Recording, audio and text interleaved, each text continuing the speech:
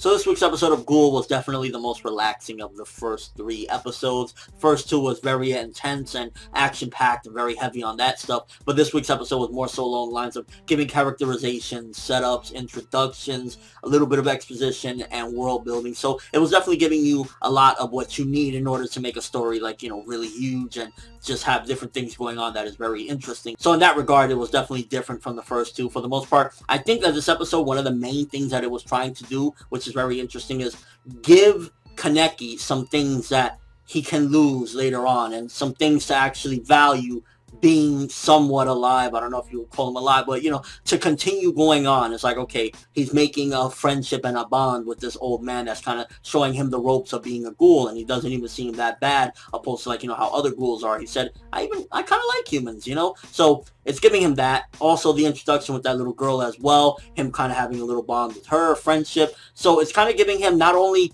ties so that he feels like, I could keep on living. It's like, I'm forming little friendships, I'm forming relationships, but it's also giving him a world in the ghoul world where he can feel like this is my place as well. Because remember, he's struggling with dual identities. It's like he don't know if he's human, he don't know if he's ghoul, and this episode is really pushing him more towards, I'm making friends in the ghoul world. I'm finally, slowly but surely finding my place, and this is how I want to do things. This is how I can survive and continue on to live like this. This was also introducing the fact that the government is cracking down. We have these detectives, which, what the fuck is in that suitcase? Because when he was swiping them down, it's like, I was under the impression that humans really had no way to fight back against the ghouls, but these dudes, they had something where they were like chopping them down, and then they were using the suitcases to fuck up some of the ghouls.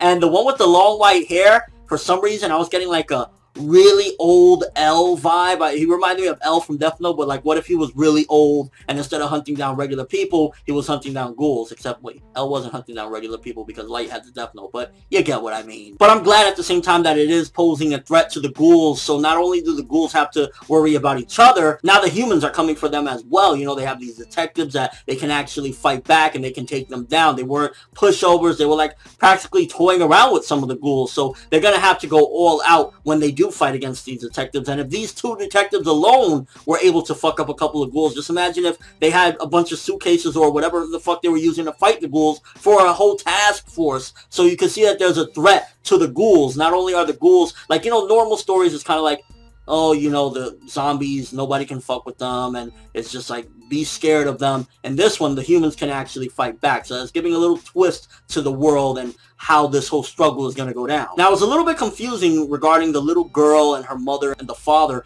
because at first I was thinking, okay, she can't live with her father because he must be a ghoul and she's human, or vice versa. But we find out in this episode that she was ghoul, and I'm guessing the mother's ghoul as well. So is the father human, or is he just like a cannibalistic ghoul? Because they mentioned that there's cannibal ghouls as well, so maybe he'll eat her if they stay with each other. So I was a little bit curious about the relationship, and why is it that she can't live with her father if seemingly he's a ghoul as well and she's a ghoul? Is it because he'll eat her? It's like some questions there. And they were slowly introducing the whole mask thing that we've seen in the intro, where he's having like that black mask, which I can't wait to see him put that on because it's going to make him look sick, and I'm looking forward to seeing it. Unfortunately, it's kind of spoiled because the opening has it, but that's probably going to be the mask that he wears. But overall, very chill episode, a good episode for the most part, just a lot of setups and introductions, and it's really giving Kaneki things to actually live for, aside from just living for the human world, but it was also giving him ghoul world things as well. And I was kind of laughing to myself when I saw that Toka was basically saying, if your friend knows about us, I'll kill him on the spot. And little does she know, motherfuckers on to y'all. So yeah, I'll give this one a 7 out of 10. I like where it's going. I like the world building, and I like the characterization we got for some characters. But definitely out of the 3, the slowest one, because it really was just kind of giving you a lot of information, building things up, making things intense, and giving Kaneki things that he can lose. He's not at the bottom anymore. It's not that he's just by himself, he has nothing. He's starting to slowly form things, and I honestly could see at some given point either the little girl or the old man, or both of them, dying, and that'll make Kaneki go crazy. And while it felt a little bit like a scapegoat at the same time, it does make it a little bit easier for Kaneki if he's eating suicide victims, people that are dead, because if they're dead, at the very least, it's not that he's going and hunting.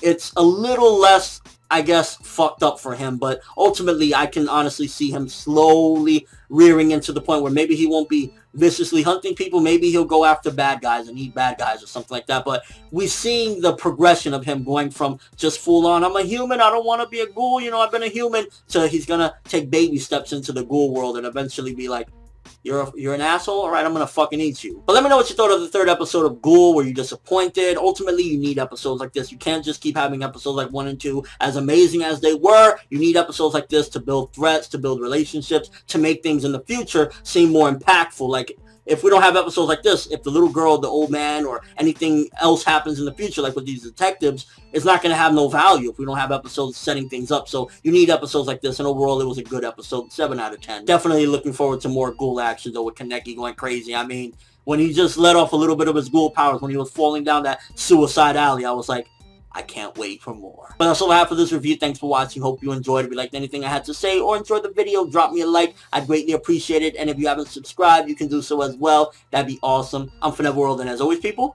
have an awesome day.